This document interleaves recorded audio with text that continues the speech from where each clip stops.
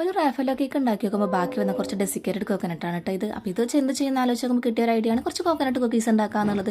കടയിൽ നിന്ന് വാങ്ങിക്കുന്നതിനെക്കാട്ടി നല്ല അടിപൊളി ടേസ്റ്റിൽ നമുക്ക് വീട്ടിൽ തന്നെ തയ്യാറാക്കാൻ പറ്റി സിമ്പിൾ റെസിപ്പിയാണ് കേട്ടോ. എല്ലാവരും ഒന്ന് ട്രൈ ചെയ്ത് നോക്കണം.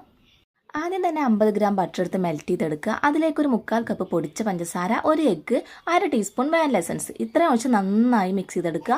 ഇതിലേക്ക് 1 കപ്പ് മൈദ, 1 നുള്ളു ഉപ്പ്, 1/4 ടീസ്പൂൺ ബേക്കിംഗ് സോഡ ഇത്രയും കൂടി ചേർത്ത് നന്നായി മിക്സ് ചെയ്തെടുക്കണം കേട്ടോ. ഇതിലേക്ക് നമ്മൾ ചേർത്ത് കൊടുക്കേണ്ടത് ഒരു 1/2 കപ്പ് ഡെസിക്കേറ്റഡ് കോക്കനട്ടാണ്. അപ്പോൾ അതും കൂടി ചേർത്ത് മിക്സ് ചെയ്തെടുത്ത് കഴിഞ്ഞാൽ ഈ ഒരു പരുവത്തിലായി വന്നിട്ടുണ്ടാവും. ഇതൊരു സ്പൂണായിട്ട് കോരിയെടുത്ത് ഒരു കുക്കീസിൻ്റെ ഷേപ്പിലാക്കിയതിന് ശേഷം വീണ്ടും ഈ ഡെസിക്കേറ്റഡ് കോക്കനട്ടിൽ ഒന്ന് ഡിപ്പ് ചെയ്തെടുക്കുകയാണ് കേട്ടോ.